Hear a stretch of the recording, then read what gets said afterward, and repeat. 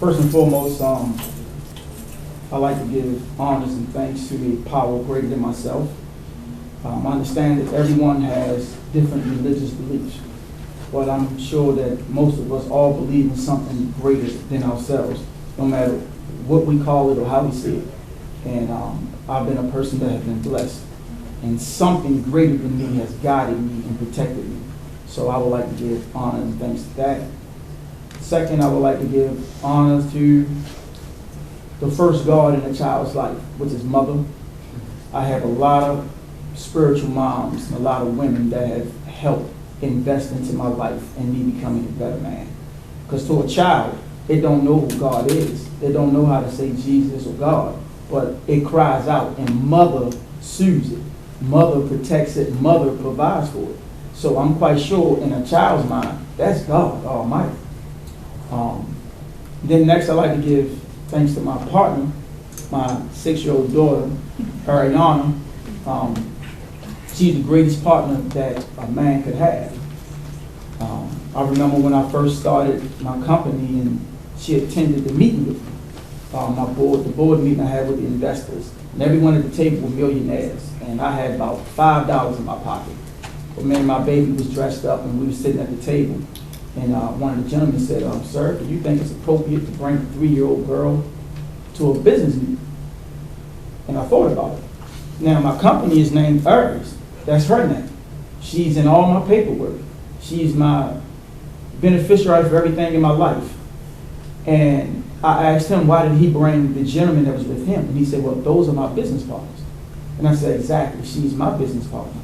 So she signs the checks, she fires as well as hires employees and plays a part in it. Because I believe that a strong and confident woman is the direct product of a strong and positive relationship between a young woman and her father. So I incorporate her in everything that I do business-wise. I greet you all in greeting words of peace and greetings good morning. My name is Bernard Brooks. I own a cleaning company called ARI'S Professional Cleaning Systems here in Fayetteville. My first contract. First let me tell you how I started. I was a power line. I was power line for 12 and a half years. I worked for the city of Baltimore, Maryland, BG&E. Then I worked for PwC here locally. I was on what was called the Highline crew, which means we set 100-foot steel poles. So everything on that pole was heavy. The nuts, the bolts, everything was heavy. So the men on that crew had to be the biggest and strongest men because everything you lift up was heavy. At some point, I began to say, well, I want to be 60 or 70 years old climbing power line poles and lifting up heavy things for the rest of my life. And then I started noticing in the workforce, some companies, you're not appreciated. You can work hard, come to work every day, don't miss a day. I believe in attendance. I believe in attending work every day. If I could get one leg out of bed, I came to work. You're going to send me home. Because have you ever been sick and didn't go to work and laid in bed, and then by 9 o'clock, 10 o'clock, you laying there thinking about, man, I missed out on money and I'm feeling a little bit better. And now you're upset. So my philosophy was, if I could get one leg out of bed, I'm going to work. You're going to have to send me home. And I was able to attend work 3 years straight without missing a day, a vacation, a sick day, nothing. Until I got married and had a child on the way and had to miss a day of work. And then I was treated ill. And I felt like, well, after 3 years of consistency, what happened to that? Well, that's what prompted me to want to start my own business. My first contract was a Weight Watchers, small building, smaller than this room here. So I was so excited because I brought into a franchise. I brought into the lowest level of a cleaning franchise because I didn't have no money to start a business. And I was able to buy in for maybe $1,000, $3,000, which would have gave me $400 a month income. My first contract was a little Weight Watchers over in Westwood or Wildwood, over by Horse World. And so the operations manager came down on a Sunday to help me start the building. I had all my equipment in a box and bags. I ain't take nothing apart before I got there. So I'm there with him, and we get there Sunday morning, and he's showing me how to unpackage everything, how to measure my chemicals, how to measure my equipment, and how I should clean the building. I'm like, no, I got this. You go at home, I got this. So now, remember, this building is small. It will take you roughly 20 to 30 minutes to clean it. The first 2 hours, I was in the bathroom taking selfies in my uniform. Bye. The next 2 hours, I was taking selfies with the equipment on. I put the vacuum cleaner on like Ghostbusters. I got the spray bottles like John Wayne, like, you talking to me? You know, I'm just flipping the spray bottles. I got proficient with flipping spray bottles. Then the next couple of hours, I spent trying to put the equipment together, trying to figure out the ratio. Then I got tired. Then I had an hour lunch break. Then I had to use the bathroom for an hour. Then I took a nap for an hour. Then it took me 2 hours to clean the building. Not to mention, it took me another hour to take all the boxes and trash from all the supplies because I unpacked it in the building. So I had to get all that out of the building with the trash that was in the building. So I turned a 30-minute job into like a 10-hour detail. My whole Sunday was gone. So I learned, you know, come prepared and don't take selfies at work. So that was my first contract. Now, the problem with freedom, appreciation of work, and employing the unemployable. Now, what made me want to employ the unemployable is because I understood that sometimes people, you can find good workers. They just may not have transportation. And you have mothers who have sick children. So should she be fired because she couldn't come to work because her child was sick? See, you don't want to miss out on a good employee because of natural occurrences in life. You know, and the thing about it is, I believe in leading from the front and in mastering the art of war. There's a story about a general. A woman was told the story that the general sucked the poison out of her son's womb. And the woman cried. And they said, well, why are you crying? That's a great honor. The general sucked the poison out your son's womb. She said, 1 year ago, he did the same thing to my husband. And because of that, my husband ran head first into battle for that general without looking back and was killed. See, when you at the top take time out for those at the bottom, that in turn win their undaunted loyalty. So when you have a mother who can't come to work and she wants to be there, but her child is sick, and you saying, I understand that. You still have your job, and you still want to get paid. Just come to work the next day or when your child gets better. If she's a moral woman, she's going to be a faithful and trustworthy employee. And that was my philosophy. So you have a lot of people that are unemployable because they don't have transportation, they can't get to work. So I invested in getting vehicles, extra little vehicles to help pick my staff up.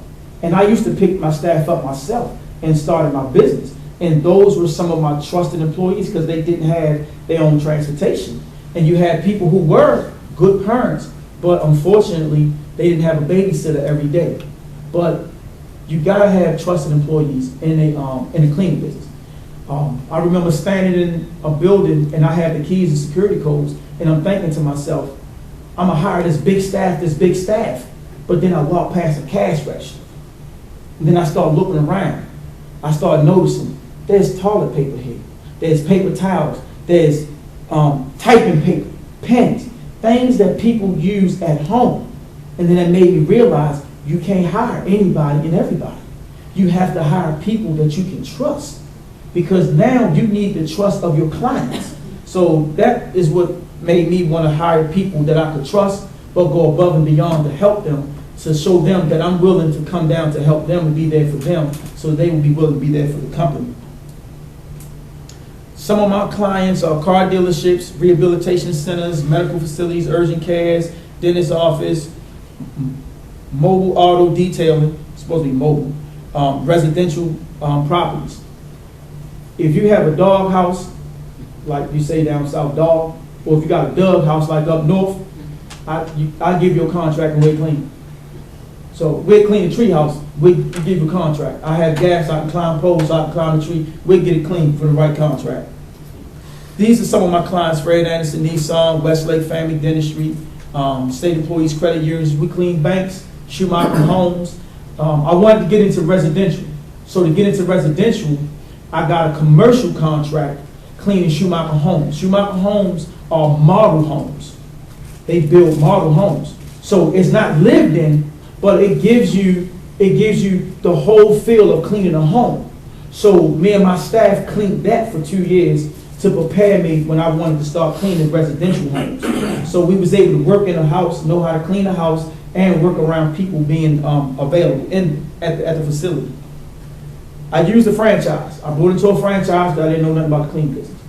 I went through the franchise, used their name, and they got me my contracts. Everyone loves social media, LinkedIn, Facebook, and they do advertising that way. Me personally, I'm not very photogenic. I don't make a good presentation on Facebook or anything like that. So I like word of mouth because I get just as many clients from word of mouth. And fishing in the same well. My philosophy for that is my business is 3 stages: commercial, residential, and auto. Fishing in the same well is I already cleaned your facility. I'm cleaning where you work every day. I'm cleaning your desk. When you come to work, you see that I done put your coat on the back of your desk. You know that I done dusted, I done cleaned. So now, instead of me going out and fishing for new contracts, I'm great fishing this well right here. Hey, I clean your office every day. Now, what about your home? See, you see me in here, you trust me. We have built a level of trust and communication because now we are personal. I know your birthdays. You know my birthday. You see my daughter. You know, you met my daughter. So we build a relationship. So when you build that kind of relationship with a client, then you fish in that same well and then go to the residential to clean the home.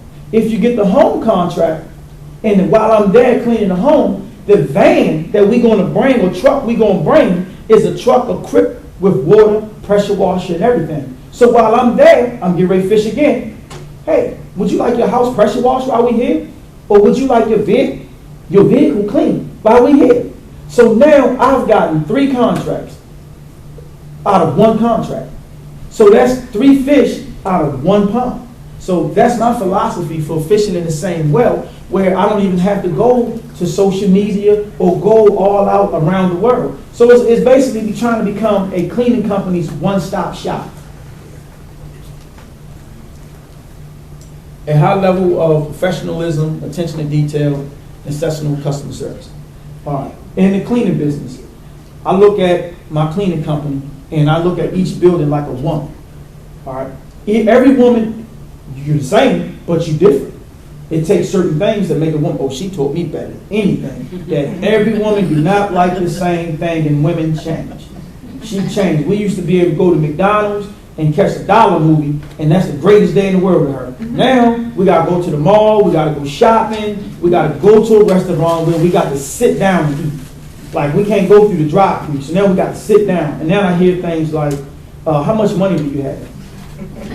Oh, I'm sorry. My daughter wrote my speech.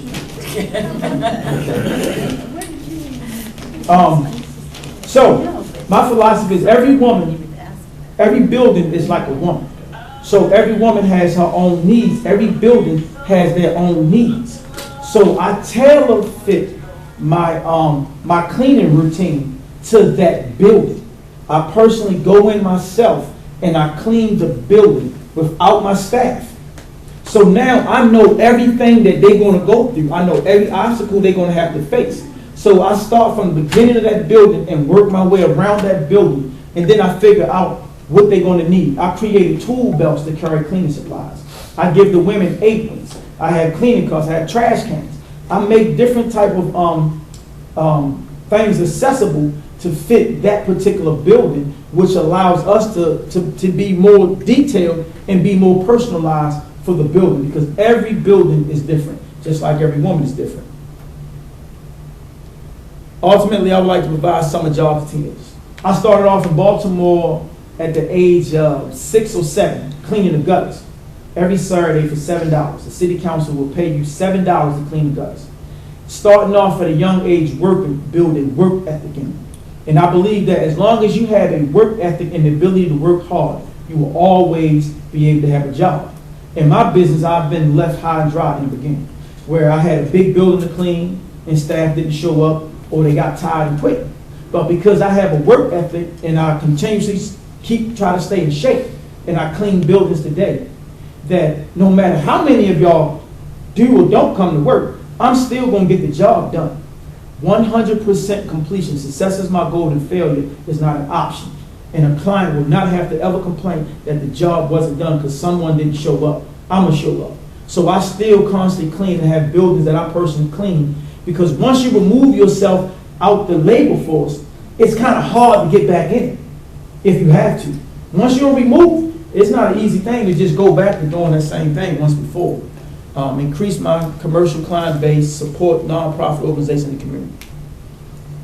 My philosophy is if I have a contract in a community or area, I want to hire the people in that area to clean that building.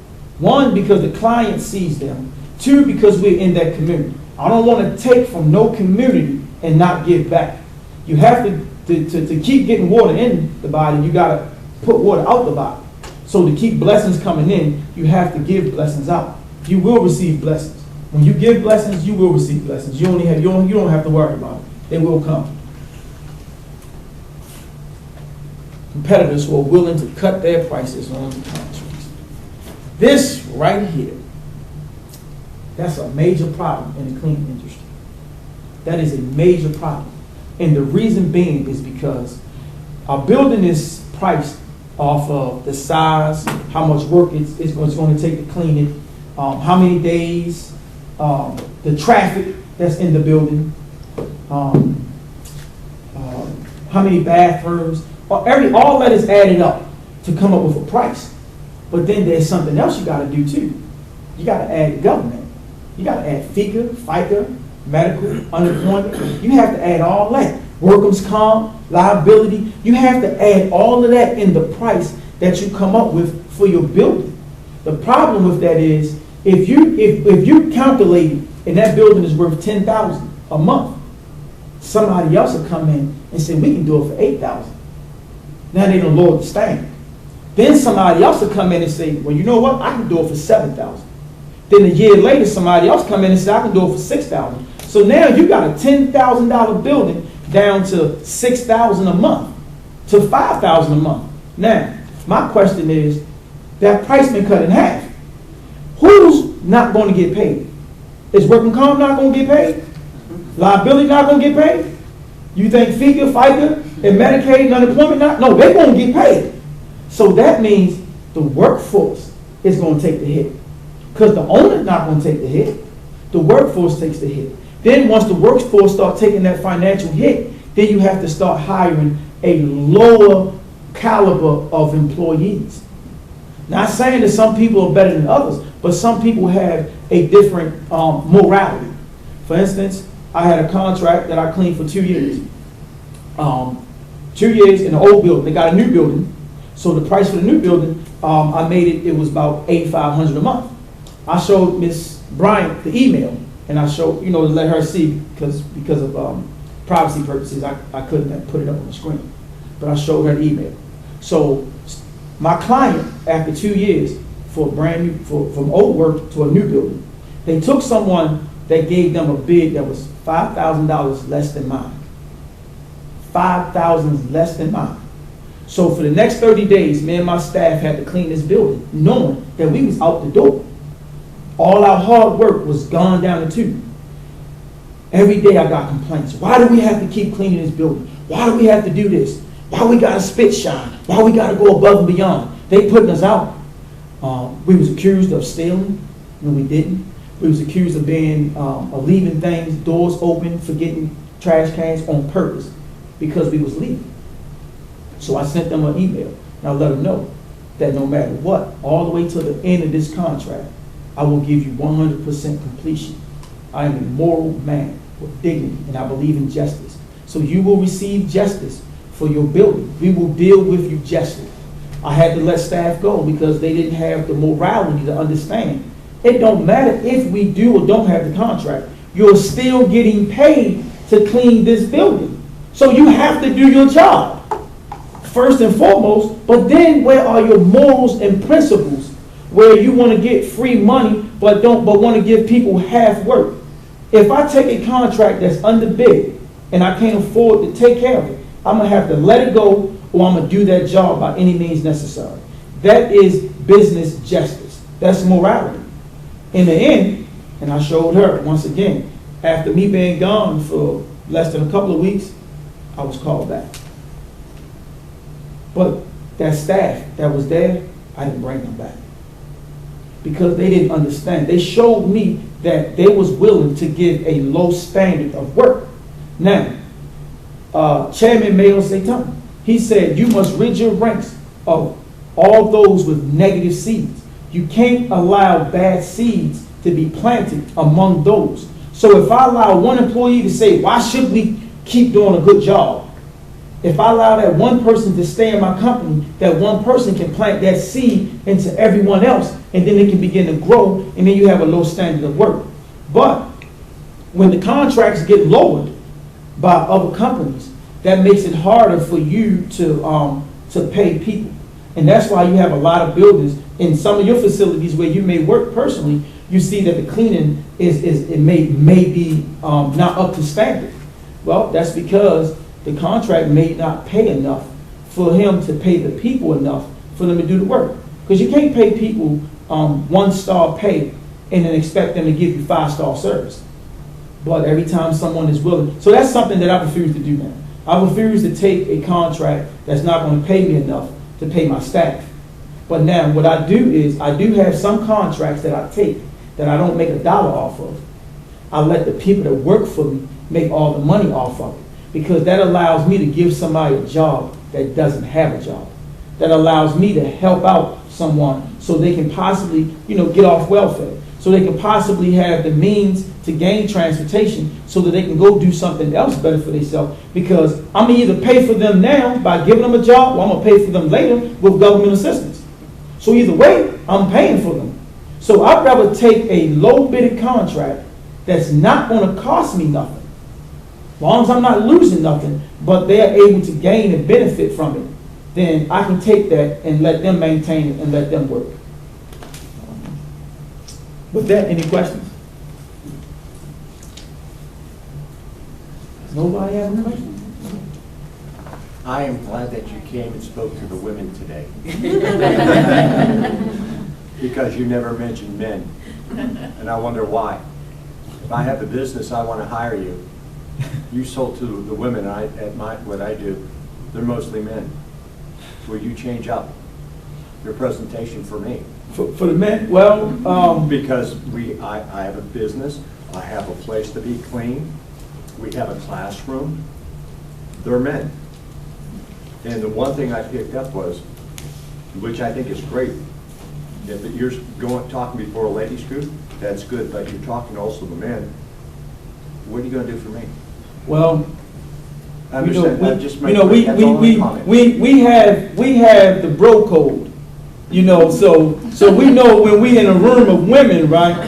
We know like, we got that. I got you, but you gotta let me go ahead and make sure the wife is everybody's okay. So we got that way. We look at each other like, I ain't forget about you, but we gotta keep happy wife, happy life.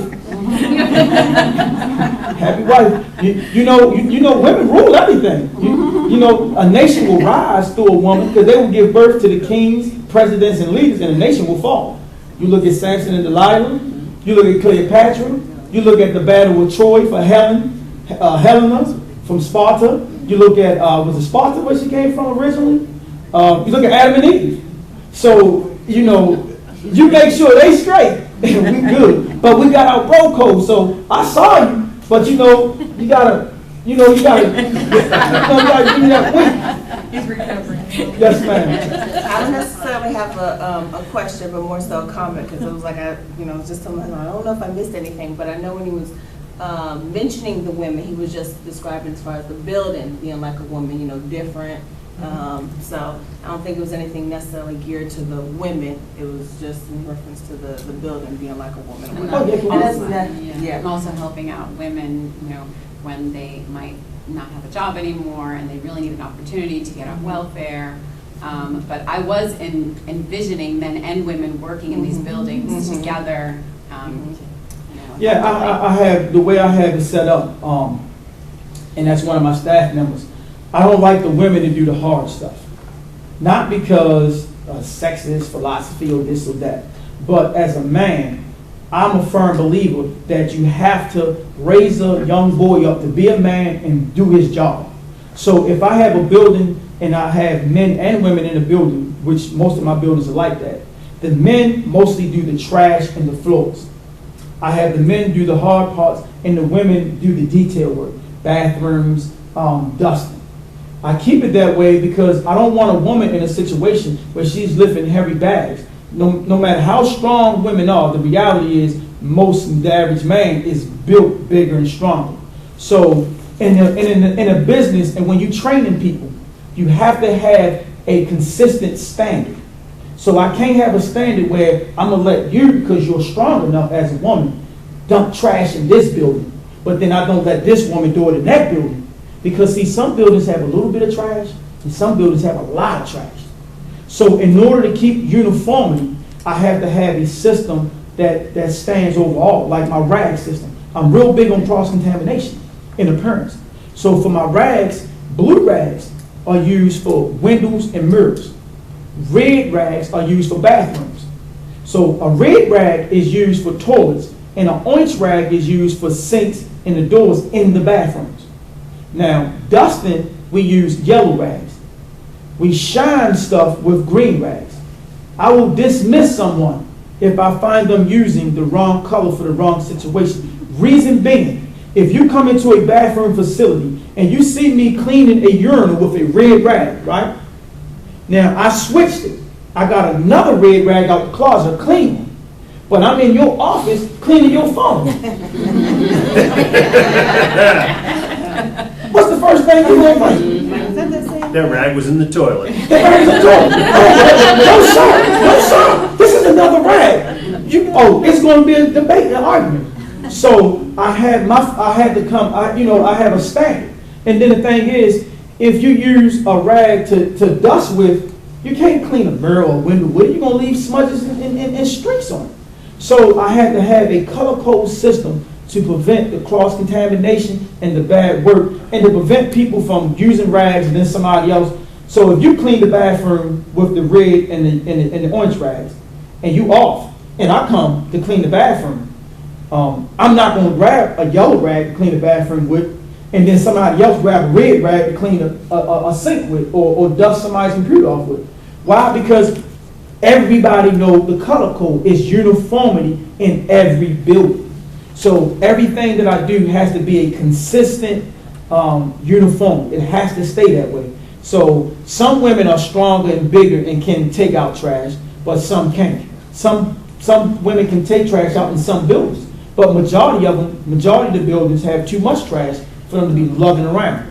So my standard, to keep it simple in philosophy, the men handle the trash and the floors, the mopping. Because I'm gonna tell you, when you sling a mop, after a couple of days, it can get tedious on you. So are you saying you don't hire colorblind people? Colorblind people?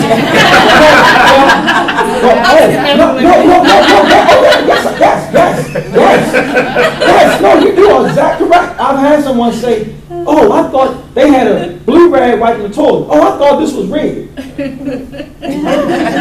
Yes, you have that. You have that. So what happens is you have to create that's why I clean all my buildings first. No matter how big it is, I clean it first. And first thing I do is I make up a one-man routine. I have a one-man routine. And that's because in the event that my staff ever quit, walk out, or can't come to work, I know how to do that building myself. I have tools, but as a power lineman, you climb the power line poles. Once you get up there, you got all this equipment on you.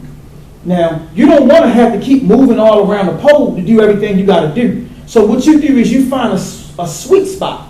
You get positioned in that one spot, and you do everything you can do from that one spot. When you grab a tool, you use that one tool as much as you can before you grab another tool. That saves time. So I applied that same philosophy to cleaning a building. When I come into a room or area, I want to be able to do everything I need to do in that area without walking back. So if I'm in this building by myself, when I come in this room, I'm equipped to do everything in this room. So I'm not going to come in here and get the trash and walk back out. Come all the way back, dust, and walk back out. Come all the way back, shine, then walk back out. I'm going to create a system that's going to allow me to come in here one time, and follow the baseboards.